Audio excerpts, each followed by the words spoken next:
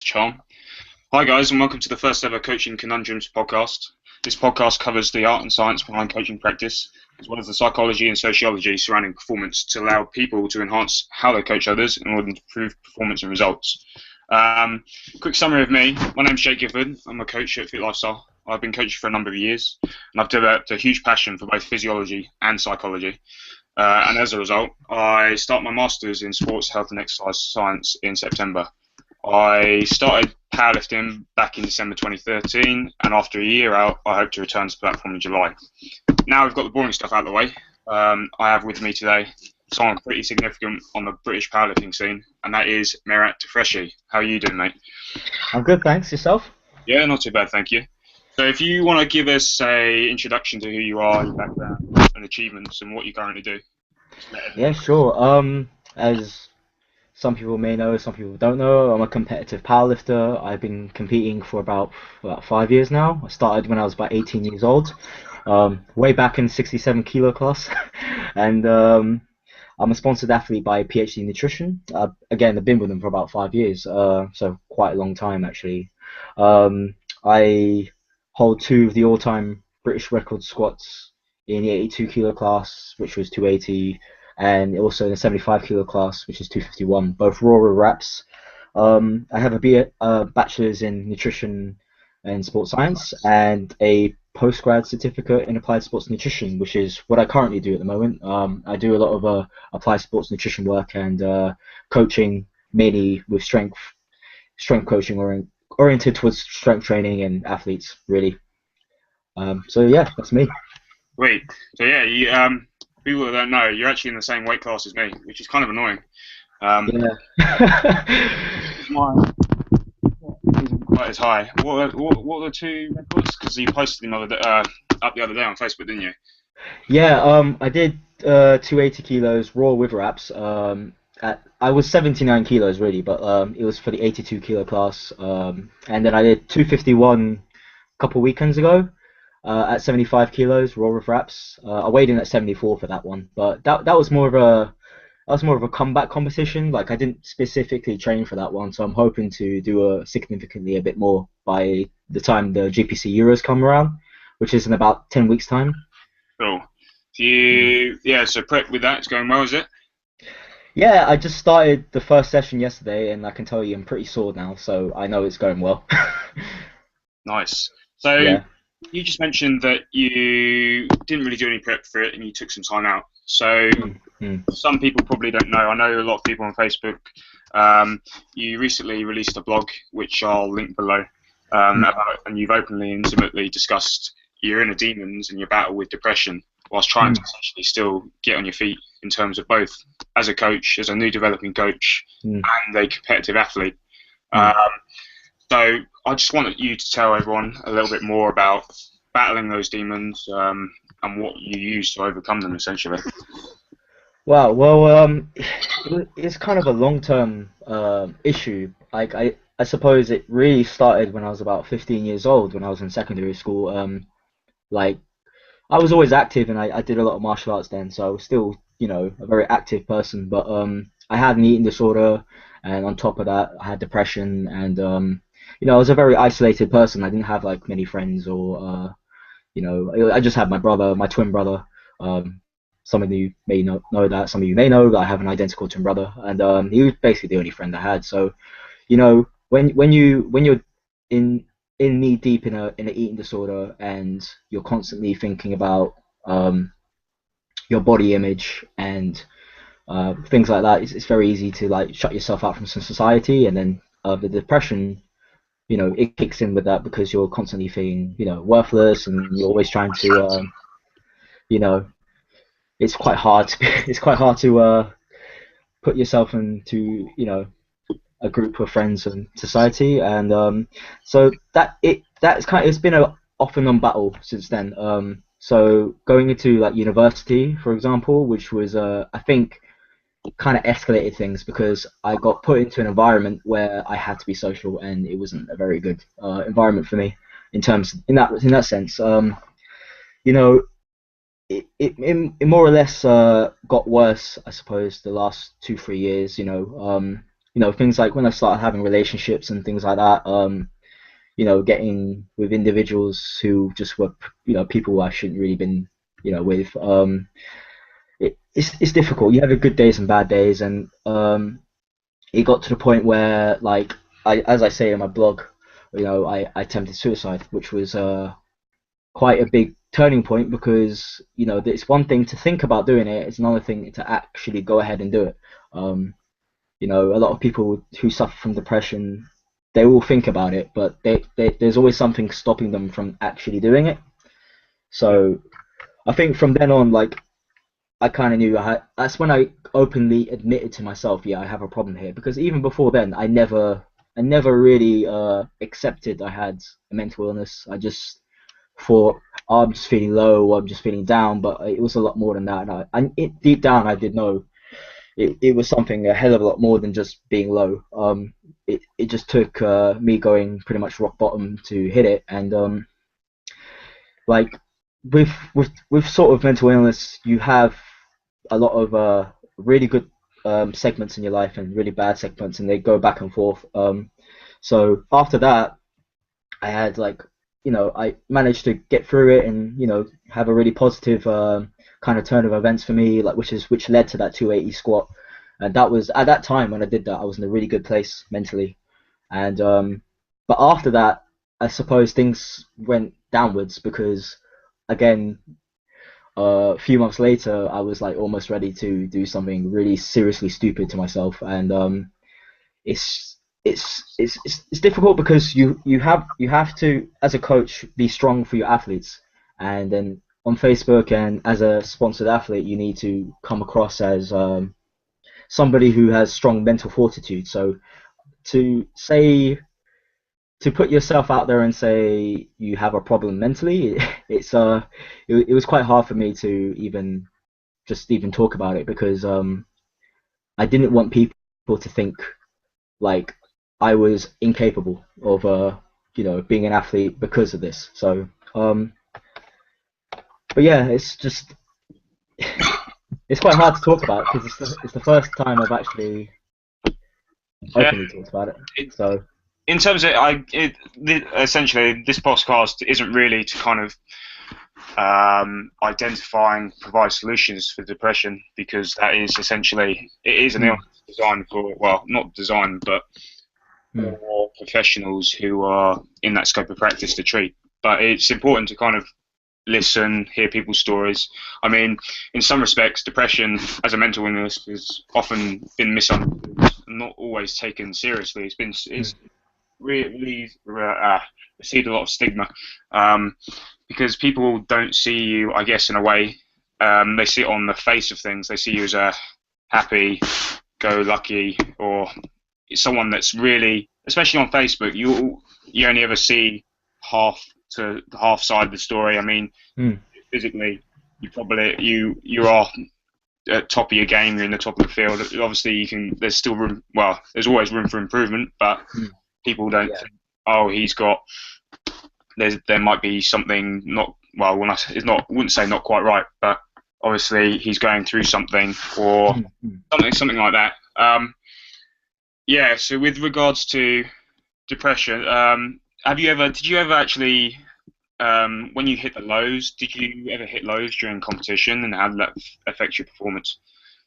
Oh yeah, big time. Like I, again, you're right there. Like I actually, it's in my blog as well. I remember the girlfriend I'm with currently, her housemate. Um, like I actually, when I was writing the blog, I said, "Can you ask your housemate what she thinks of me?" Because I want to know. I don't actually know what other people think of me. I don't tend to think about that because when you in this sort of state of mind, you only know what you think of yourself, and it's obviously not the right thing, but that's all you know. So she actually came back and said, "Oh, my housemate just said, oh, you seem like a very positive and bubbly and caring person." And it's funny because when I think of myself, I don't think like that. I don't think that's what I sound like or I am or how I present myself. But I suppose this is somebody who who's only met me and doesn't know me like in and out like say my girlfriend does. So I guess that's what I give off. And you're right about that. People who suffer from depression, they're always the people that you least expect it to be. I think in some cases, most cases anyway. Um, I'd say through competition, like it has. I think the British Championship in August, it really affected me there because I, I I didn't. I guess when I think about it, I didn't do too badly. I had a bit of an injury. Nobody really knew about it. I wasn't even going to tell anybody I had an injury. It took me like an hour to even warm up to get underneath a barbell, let alone squat. Um, you know, and I managed to hit 270, but I was so scared that I didn't even think I could even lift 60 kilos because it took that much just to alleviate the inflammation. My training sessions were crap. Mentally, I was like feeling rubbish. Um, I was always like feeling negative day in day out. I was doing everything wrong.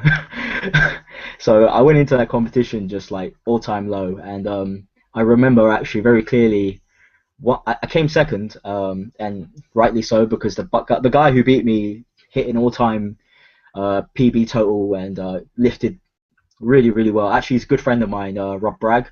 Brilliant lifter, 82 kilos. It wouldn't surprise me if he took my 82 record because he's such a, and I'd love him to do it because he's such a decent lad and really strong.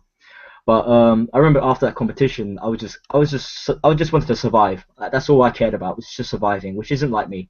Um, Usually I want to do well, but I just wanted to come out of it alive because it just it was kind of like it was almost like the sport was making it worse. And it's funny because I started the sport to be better, and it kind of like ended up putting so much pressure on me that I was reverting back to what the previous lows. And that was the catalyst of my second relapse, really, that competition. Because after that competition, I clearly remember going into my hotel room and kind of breaking down in tears. I was like in an immense pain. The day after, everyone thought I went out drinking because I looked that rough. Like, and I hadn't. I was just completely messed up mentally and physically. Also, the week after that, I didn't even leave the house for a whole week. Like, I like maybe showered once or twice. I was like had hair all over my face. I didn't even bother like trimming my beard. Like, it was it was terrible. I was literally. I think I and the first time I left the house was to go to um a CBT therapy session. So so that was and I started doing a bit of CBT therapy, but yeah, I think that really was one of the first competitions where it really took its toll on me, and it kind of was like what used to be something cathartic just ended up being completely opposite and just completely tore me apart. So yeah, I'd say that would be the main example competition wise, really. Yeah. So it's interesting that you mentioned perceptions because obviously how you perceive yourself and how someone perceives you Yeah. cannot sometimes be very different. And in some respects as well, it's also just a scenario. So you might Mm. perceive yourself differently during competition than you do when you do coaching, Mm. and vice versa. So whether you're training with whether you've got an athlete, how they perceive you, whether they're a friend, because I know you've got, in terms of powerlifting especially, you've got quite a big network, which is another Mm. interesting thing, and the Mm. fact that you felt like powerlifting was doing worse for you mentally in August, despite Mm. me knowing personally that you actually have this quite a big, huge network in the sense Mm. that obviously Genesis Gym is a relatively, well, I'm going to say it is a big gym with a lot of, I've seen a lot of strong lifters and a lot of Oh lifters yeah, definitely. Yeah. that are more of a community and they always work together. Mm. I never, like, with all your videos, you're obviously training in a group, you're never really alone. Mm. So Mm. it is interesting how you say, despite having that network, you don't necessarily always feel Yeah. like you're Mm. steady. Um, so moving on in terms of obviously with depression, you being a little aware of your feelings, aware of how it can affect you. Mm. Um, has it translated in one way or another into how you coach? Are there things you do differently now when approaching or training clients? Yeah, definitely. I suppose when I started out coaching, I didn't really take into account the psychological factors that is involved. Um, every athlete is different, as you know yourself. I don't believe there has to be a certain style of coaching that you need to employ for every single person. I think with me, it's kind of like you want to use. Maybe you have as a coach, you should have something that you can go to in terms of how you employ your coaching, but there needs to be flexibility to kind of alter it for an individual basis. So, you don't always need to be autocratic and strict. Sometimes you can be a little bit, you can be a little bit more relaxed and you can offer a little bit more support. And I think in time you'll know with each athlete how to deal with them. Like I've had different arrays of like people I've coached. I've had some people that they're already very motivated, so there isn't much you need to do psychologically to help them. You just need to reassure them when it comes to the really heavy days. And like I have one guy I coach regularly now, Lufa Nzinga. I think he qualified for the British in the comp I did actually a couple of weeks ago, and he's an example. He's a very motivated individual, but he gets very excitable. So, you know, with him, it's not. I don't need to do that. Although I've had athletes in the past who are very insecure with themselves and they're not very sure of themselves, but they have a lot of potential and talent. So with them, you need to kind of sit down with them and just reassure them and show them that they are a lot more worth than that they have a lot more worth with themselves than they think they do. So yeah, definitely big time, especially knowing my own knowing what I've been through. It's very easy to be a bit more open-minded and a bit more understand. It's easier to be more understanding now with people, instead of saying do this, do that. Oh, why didn't you do this? Why didn't you do that? And everything has a little bit more complexity to it than you think. So especially with training sessions, it's always if they have a bad training session, it's easy to think, oh, they're not listening to what you're doing. Especially when it's like an online sort of deal. Like it's hard to see what they're feeling, what's happening with their own life. So I think with that, when I try and correspond with people for online programming, I try to get a better understanding what's going on in their own life without getting too personal. But so I can understand if there are things that are happening that is making them stagnate. So I need to kind of have some sort of feedback into their own their own personal psychology and how they're feeling, how their emotions are, what's it like for their work life. Are they going through anything serious family wise or relationship wise? In that kind of plays a part into building their weekly training. So I like to be a bit hands on, way more hands on now than I used to be, just because I know little things like that, they add up, and in the end of the day, if you don't really analyze them and kind of take hold of that as a coach, they can kind of you know regress the performance in terms of what your athlete is doing. Yeah, well, it's interesting you actually mention about building and kind of sitting people down and kind of focusing what they're Mm. good at. Because we've spoken about this before in the sense that a lot of coaches kind of deem people that who don't necessarily follow instructions or say or feel like they struggle and they don't obviously necessarily do as they're told. We tend to call them lazy, and we tend to kind of bring out the negatives and kind of never really try and focus on someone's strengths as such. Mm. I'm Yeah. kind of particularly lost in a lot of sports and a lot of in personal training, especially with the things like focusing on just results all the time. In the sense you've got 12-week transformation, you've got trying to get the heart like a bigger squat, trying to do whether 20, 30 kilos in a couple of months or something like that from Mm. someone who isn't necessarily an elite athlete. Mm.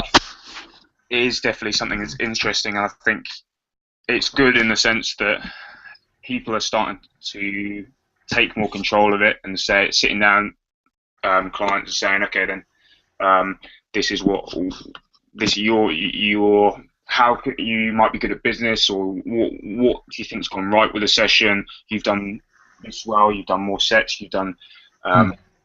just trying to really just elevate the mood in one way or another. Oh yeah, totally. Yeah, I agree with that. Yeah. And it was also you mentioned in terms of kind of philosophy as well. So some people don't necessarily realise it, but your political views, um, like things like that, do may necessarily impact on your coaching style.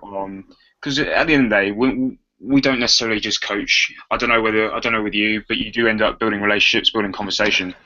Oh yeah, totally. You end up developing a little bit deeper rapport with your clients, and you care for them. So it does become something deeper than just being trainer client. Yeah. So yeah, in terms of kind of like going back to your powerlifting as such, Hmm.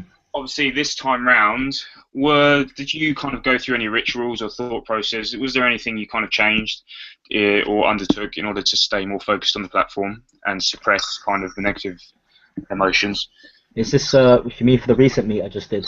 Yeah, Okay. Well, actually, it's funny because like going back to what you said about having a big network and but despite feeling kind of isolated and I think what I did was I realized I do have a network like I can go to for support. Um, you know, the thing is I decided to be a bit more honest and open with people. So instead of just saying, oh, I can't, talk to people if I'm having a crap day, crap session. I just thought, you know what, screw it. I'm gonna talk to these people. And I found out they weren't as they weren't as how do I put it? They were more understandable than I thought they'd be, and it was helpful because it's the scariest thing ever to like talk to people that you are close with, but they don't know that your deeper inner thoughts and issues, and then opening up to them like that. So like as you may know, Bulldog, Dave Beatty, fucking strong guy. Sorry for the language, but but yeah, really, really strong guy. He's 53 years old and he still kicks my ass every single session. And if I can get to half to what he is by the time I'm like 30, I'll be elated. But he's essentially basically a very good friend as well, training partner. He's my mentor. He's been there for me since day one. And opening up to him of all people like was a big deal for me because then he understood more of what was going on with me, and it was easier to actually have a relationship as a friend, you know. So it made training easier because he could be there, you know, in a he could be there a bit more for me, you know. So we had a better communication in that respect. Not that we didn't have yeah, already a good connection beforehand, but this time, when I needed him the most and I was too scared to talk to him, he was there. So I guess I think for this competition also I had help from Daryl McQueen for my training programming, which helped a lot. It was mainly off-season work I was doing with him. We have, like I said, we weren't specific. Originally, we weren't going to do this competition. Originally, I was going to do the Euros at 82s, but I was kind of toying with the idea of making weight for 75 because I've always been a light 82. I've always been a light 82 lifter, and I just, for the life of me, just couldn't put more weight on. yeah. So I was getting a bit like fed up with it, and I didn't want to eat like 4,000 calories a day, and it was just pissing me off. So I was like thinking, this is too much food. I have the appetite of a child, so it's Yeah, like um, you know, yeah, so it was difficult to like really maintain that. And I thought, well, I'm gonna, we just had a talk about it. It's like, okay, I'm gonna make weight for 75, and then found out I had to re-qualify. So that's how this competition came about. In terms of rituals, yeah, you know what? Now I think about it, there was a lot of differences. I was kind of, I actually was doing things like writing down my strengths on a piece of paper. Um, It's to focus on the positives of what I thought about myself. Like, so on a daily basis, maybe every other day, just when I had time to myself, like I would write down what I'm good at, what I want to do, where I want to be, and I found that really helped in terms of being focused. Just little things like that, little tools and techniques. I got that. I got that from my brother actually. My brother, he studied sports psychology, and at the moment he's a PT in Symmetry Gym in Dubai, and he used to say it's not about who you want to be. Like a lot of people have like role models, and they always say, I want to be like him, I want to be like him. And he was like, instead of doing that, scrap that. Think about who you want to be, who do you want Merat Tafreshi to be?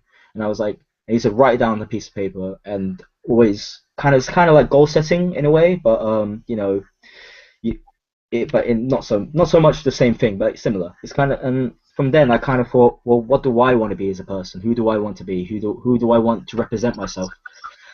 So, and the one main thing I found was I don't want to be this person who's struggling mentally. I don't want to be someone who's depressed, always feeling low, always anxious.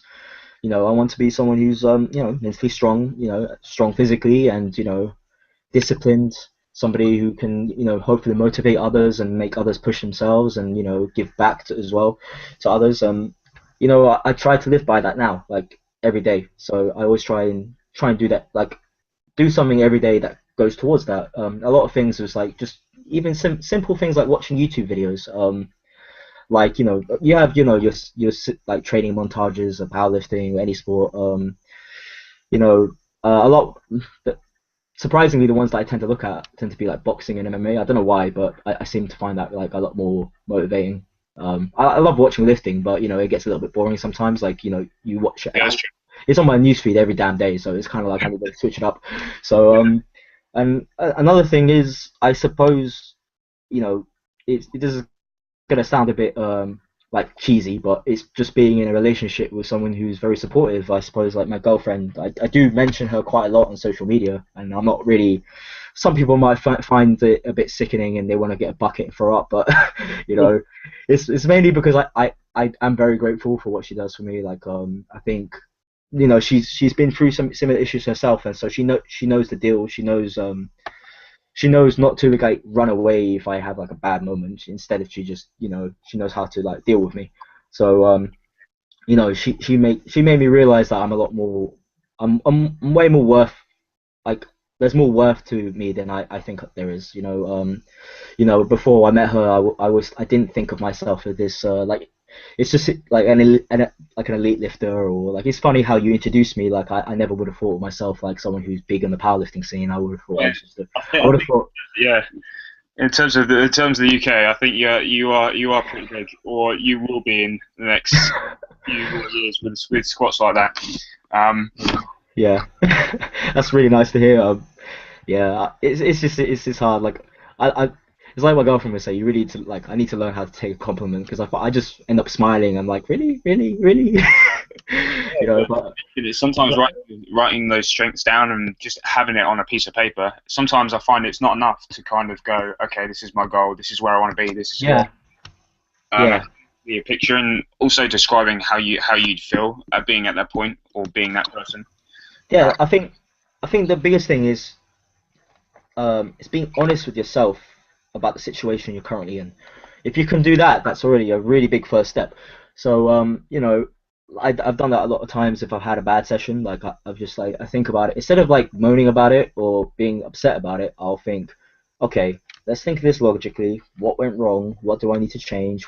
What am I doing in this current situation as of right now? And when you're writing things down, where you want to be and who you want to be, it's like it's all good writing it down, but you need to apply certain practices to get towards that. So there has to be a combination of theory and application. So you need to do things in your day-to-day activities in life to go towards that, and you may not hit or reach all of them, but at least if you're trying, then you're getting somewhere, right? Yeah. So for me, for this prep, it was also just believing in myself a lot more. I think surrounding myself with people who I knew would pick me up if I ever fell down, so to speak, mentally. So I came into this competition very nervous. Like it was funny because I'd never. It's been a while since I felt that nervous. Like I'm usually quite nervous anyway for competitions, but this was like doing my first comp all over again. Doing a 225 kilo opener, which made me feel like I'd never been nervous in the past 2 years squatting something like that. Like that used to be something I would be like, oh, okay, cool, I'm just gonna warm up. But like even my opener would scare the hell out of me, and I was like, I've done this for reps. I was like, why am I scared? But it's funny, like that's literally how much that competition meant to me. I'd actually say, believe it or not, that 251 probably meant a lot more to me personally than a 280 because of what it represented. Yeah. Um, like in terms of progression, as you know, as a person, forget about as a lifter, just as an individual.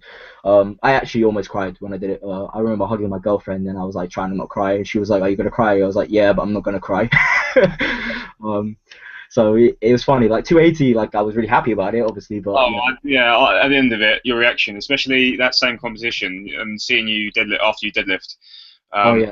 exciting was kind of an understatement in how. Oh yeah, I was just glad. I was like glad that I hit PBs and everything. I went 9 out of 9. It was like easily the best performance I've ever done because I hit PBs and everything, and it was a 9 out of 9 sort of meet. So it was like perfect. It was just perfection. Like I always go back to that as the perfect meet prep. So because for that competition, all my training sessions were like awesome. It was kind of like polar opposite to what I was going through for the British because it was like I never had a bad session. Every session was awesome. Always hitting PBs. Always feeling strong. Like always felt really motivated. And it's funny because that was a big high for me. And and then after that is when things went. I think what happened there was it's a combination of different things. It was just like I like I say on my blog, like I had a tendency of being in a relationship with the wrong people. So like my brother actually always says, I don't understand why you pick these people to be in a relationship with. Like I think the girlfriend I'm with now is like the only person he's ever liked out of every woman, I've ever dated, which is kind of hilarious because I don't know, like if anyone knows my brother, like he's very blunt and honest, so like he doesn't care. He won't be nice to me about it. Like so I said to my girlfriend Katie actually that I was like, if my brother likes you and he's saying that's a serious thing. So I was like, you've definitely made it. So And so, think yeah, sorry, sorry. no, go on. Yeah, so it's things like that. It's a combination of things that why it went downwards afterwards. But I think now I'm on the path of going nearly back to where it was. It will take a bit of time, but yeah. Yeah. In terms of time, obviously, it's always dependent on the person, and it's not Mm. something you can really rush. Oh, Same, definitely. same with training.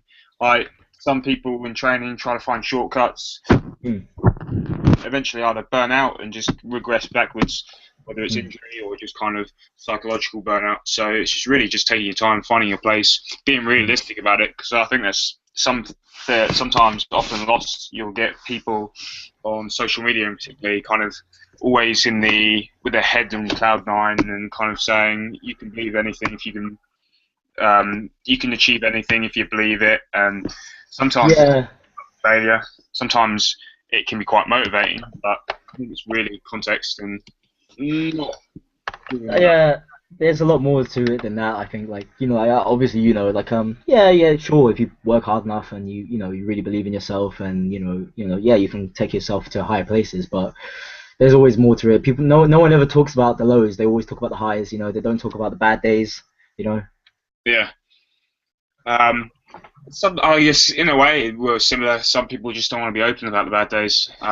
True, true. Because like I said, like with myself, like they don't want to seem weak or seem like as you know, less than they are. And I think people need to kind of like I've realized this myself. It's actually more motivating to see somebody that you hold to a higher regard. God, be open and honest about things that get to them, things that there are when you have a bad day and you talk about it and you look up to that person, you're like, okay, well they're just like me, they have bad days too, and that's actually more motivating than anything, or Yeah. can be as motivating than those really positive messages that they put out or just churn in every time on social media.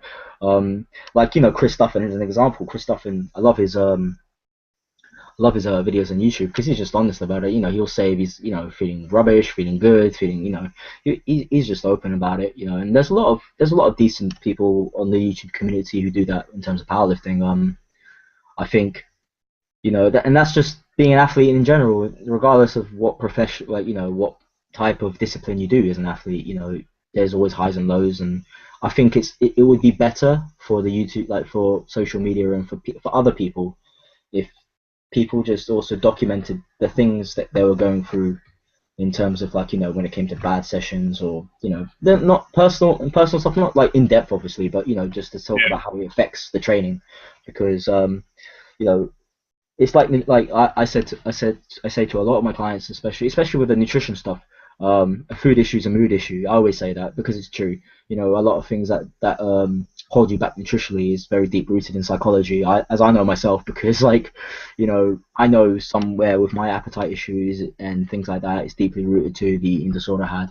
And I know I can see it, like, from having that. I can see it a mile off of other people, even just being in my girlfriend's house and seeing her housemates, and just seeing how they react to food is very. I can see where the psychology comes from that, and Yeah. just silly little things like that. People don't realize, like, food, especially these days, is a very emotional thing. It's a very emotive matter, and it's a very psychological. It's a psychological thing these days. It's not, so black and white. Again, training is the same. They're both deeply rooted in psychology. Yeah, I think it's interesting you say silly little things, because what may be deemed as silly little things to you maybe deem bigger things to other people, and vice versa. So, Yeah, uh, totally, yeah. in the sense that whilst those little things you probably think are based that shouldn't really affect you, but do. I Mm-hmm. think it's just kind of really important to identify and sometimes accept. Yeah, and sometimes they don't know it themselves either. You know, unless they really thought about it. Like, I know for me, like, there are certain things I do, and I just think it's like little, just little quirks, but they're not quirks. They're just something that's actually, quite significant psychologically, but I just haven't been aware of it, or until now. And it's the same with other people. So you're completely right with that. Yeah, but so last couple of things before we wrap up was another question. It was, is there something within your coaching practice that you use without conscious thought or consideration, and have not questioned why you currently used it? We had this conversation before where between you and I about a lot of people tend to use stuff and they don't really tend to justify why, or they may have a reason in their head. Hmm. Whether it's kind of like, for example, people always apply fasted cardio, or Hmm. never apply cardio, kind of stuff like that. People will always have that one reason in their head, but they'll kind of blanket everyone with it without taking into other considerations. It's not necessarily Hmm. uh, a bad thing, because it's important that we can then self-reflect and kind of take a step back, understand why we do it, Hmm. kind of Yeah. improve. Yeah, I mean, it was mainly, I suppose, stuff like that. It was mainly like in the beginning stages of when I was doing a lot of my programming. I tend to do things a little bit too traditionally, and I kind of didn't really think much into it as of why I was doing it. Like, I just did the regular 3 day split, you know, squat day, bench day, deadlift day, and you know, it's because it was what I was used to, and that. But at the time, I didn't realize that. Now I know. But and I didn't really think out too much out of the box. Like, I wasn't doing a lot of like higher frequency stuff with clients. I wasn't doing you know, things like squatting twice a week or benching twice a week. And I was kind of rotating things like kind of like how they did in the cube method, but not so much like not completely like the cube, but it was like aspects of it, because that was what I was doing, and it was what me and Bulldog were doing. We were doing the cube back then anyway. We were doing the cube method, but we kind of put our own twist into it. We just used the template. We didn't really do the percentages or all the time completely to the T. We just kind of ran with it and just used it whilst in conjunction to how we felt on the day. And that was the structure. It was 3 days, 1 day maybe for shoulders, because that's what we were doing. We had a shoulder day, and then I kind of realized after a while, like, not everybody is me. So I kind of changed it, and now everything's a lot of very individually based. I have some people doing that because it works for them, and I think it would work for them as an individual client. But I also have other people doing a lot more higher frequency. You have some people doing a bit more conditioning work, some people doing no conditioning work, and I think you're right. It's good to self-reflect on these things. And I definitely self-reflected. And there's always stuff that I'm doing that I look back and I'm like when I'm doing my programming, I always do my program on the weekends for the next week, for the following week, for my clients, and I'll look back at last week and I'm thinking, why the hell did I make them do that? Like things like a back down set, for example, on a bench press, and it's as many reps as possible. I'm like, well, I can understand maybe the volume, but why did I tell them to do that instead of just giving them, something like 2 sets of 8 instead of just doing as many reps as possible? Is that really conducive? And you know, I'm always very critical of what I do myself. Like I'll look at it and thinking, was I an idiot when I put that in, or was I like tired and just didn't think about it? Like, so I think it's a good thing to self-reflect and question yourself. You should always question yourself. Why are you doing things? Why are you giving somebody this or that? Because then it can also give yourself reassurance that you're doing a good job. So it's not just about progressing. It's just also reassurance that you're putting out good content and coaching. So I think I'm not afraid to say when I've done something wrong or when I've done something that I'm skeptical of. It's always something in my nature to want to be better, and so self-reflection is definitely a very good way of doing that. Oh yeah, definitely, I agree. I still also think it's important to sometimes not over necessarily analyze on what you're doing, and sometimes, especially with the most beginners of clients, it's just important just to get them lifting, kind of. Definitely, definitely. Because like you say, when you're over analyzing things like with beginners, like it's kind of defeating the purpose of getting them started.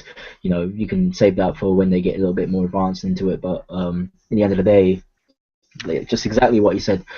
Just getting them lifting and getting them to do the 3 main lifts and getting the volume in, and just getting them to grips with the technique in itself is important, and that's all that really should matter in the beginning phase. Yeah, Yeah. definitely. Hey, brilliant. I mean, last thing is where can people find you and follow your journey and see your lifting and things like that? Um, I'd say YouTube. I do. I need to actually get these things up because I don't know the names of half of these things. But yeah, I've never really had to plug myself out like this. I'm really bad at marketing myself. It's something I actually need to work on. I do have a I do have a Facebook group once I can actually find it, which I put articles up, and something I actually need to do more of. I haven't been doing it as much lately, but I plan on doing more. Tafreshi High Performance hyphen Nutrition and Strength Coaching. So I think if you just type in Tafreshi High Performance, you'll pretty much find it. There's a picture of me squatting, so you can't really miss it. Also YouTube, I have a YouTube channel which is, I think it's just Merat Tafreshi, just straight. And I've got videos on there from I've got videos there from my lifting, and also my WordPress is, if I can find it, is, sorry about this. What was it? Actually don't even know. Yeah, but I can't actually remember the name of my WordPress. I think it's Oh, don't worry, I'll link it down below. Um, yeah, yeah, we'll find it. We'll find these actually, and we'll link them all down yeah. below. But 'Cause, I do know a couple of things. My Instagram is Merat91 if people are interested in following that, and Twitter is just Merat Tafreshi in one word. So yeah. oh, you'll be coming out juniors soon then. Yeah, yeah. Going I into mean, I think it's my last year as a junior. how are you? Although I don't think you're really concerned about. Can't be too concerned going into the open with us. No, I actually had to have Bulldog hold me back a little bit because I was like, oh, I want to do the Opens and Euros. He was like, why? It's your last year as a junior. He was like, he was telling me to like, why don't you just like enjoy it a little bit? I was like, okay, maybe I will. You know, but I'm not too concerned. I love a bit of competition, so I'd much rather come fifth in a really high field of elite lifters than come first, um, and there was only like two of us, which has happened to in a couple of competitions that I've done when I was a teenager. So it's like it's a good feeling. It's a good feeling when you can come second or third and you're up against people that you watch on YouTube. you know, that actually did happen to me in Vegas. I bombed out of the juniors, and then I ended up putting myself in the open for the next day. And this was when I did a bit of quick lifting, and I ended up competing against Brian Schwab, which was kind of crazy. So Nice. yeah, I was just really glad that he bombed out because of that, and a couple, it put me up a little bit in the placings. So, but yeah, because he would have kicked my ass. But it's things like that when that my ultimate, in terms of competition is like being on something like Raw Unity on that sort of level, and at least just putting a decent performance. So if I can come like fish on Raw Unity, then against all the people, the top 75 lifters in the world, I'd be pretty chuffed about that. Yeah, well, definitely. Especially if you're even just competing against Brian. I mean, it's a learning curve in a sense. And Oh, it's it's weird because when you watch them on YouTube and then you actually see what they do in the warm up area, and you're like watching them and you're like, kind of like you take into all the little things. Like another thing was like just like Delroy McQueen was helping me out on my competition just gone, and I was like a sponge. I was just asking them everything, and it's interesting to see the mentality of people who are at that level. yeah, And it's I always find that bit the most intriguing bit. Like a lot of my favorite lifters, they don't tend to be like they all they're all obviously my favorite lifters just because of the fact they're really strong. But what I like about them is also the mentality. So I always probably learn more of them in terms of how they approach their training and just life in general, and what sort of what sort of mentality they employ for it, because to me that's actually the most intriguing thing, the mentality of a champion, definitely. I think mm. Brandon Lilly, especially coming back from his accident with the squat. Oh yeah, definitely, definitely. He's definitely up there. According to my girlfriend, I have a man crush on him, but I don't know about that. But like, yeah, he's definitely up there for me. Like, I love watching his videos. I love how open and honest he is. He doesn't care. He says it how it is. And that's another example in terms of how I said we should be open about the highs and no, the lows just as much as the highs. He did exactly that, and I think for that he made himself a more of an attractive person to look up to than most, because people really admire that. And I think from that blog that I put up, I didn't expect to get the response that it did, and it made me realize sometimes it's better to just be open about things, and if people don't like it, fair enough, but if it can help somebody, then like that was the whole purpose of that blog, as well as just, it was a sort of it's sort of a blog to be open, and just to kind of come out there and say this is a problem I've had, I want to talk about it, and it was sort of like airing it out, and Yeah, it did lift a lot of weight off my shoulders, for sure, and I did feel good for doing it. But the main purpose was if somebody could read it and think I'm going through the same thing, and I'm so glad that somebody else is too, and they could feel like they're not the only one in the world. And I did have quite a lot of inboxes on Facebook from people saying, I read your blog, oh my god, I didn't know you're going through that, I'm going through exactly similar thing. And it made me feel really great for doing it, because I made it acceptable that it made it acceptable that like depression and mental illnesses, they do have a really bad image, I guess, in the media, and it shouldn't do, but that's just the way it is, and I completely understand why. I can understand why it does, but you'll get a lot of people, they don't want to open up because they don't want to be criticized for it, and if I happen to be somebody that they thought was they could look up to, and I come out like this and open myself out about it and show it's okay, then that's great. yeah, definitely. I think it is important for everyone to try and find maybe a medium that they can be open. Doesn't necessarily Yeah, it's in public yeah, or private. yeah. It doesn't have to be completely like open, but if you can, there's a fine line that you need to reach. But like you said, definitely a happy medium needs to be met. Yeah. All right, brilliant. I think that's a wrap. I think we've covered everything. Sweet. Quite going off tangent. Yeah, so if anyone kind of enjoyed this podcast, if they want to kind of give us feedback, um, any kind of ratings, appreciate it. Yeah, and hopefully, provided it gets enough popularity, we'll do another. I'll do another one. Hey, cheers. Cheers for having me on. No worries.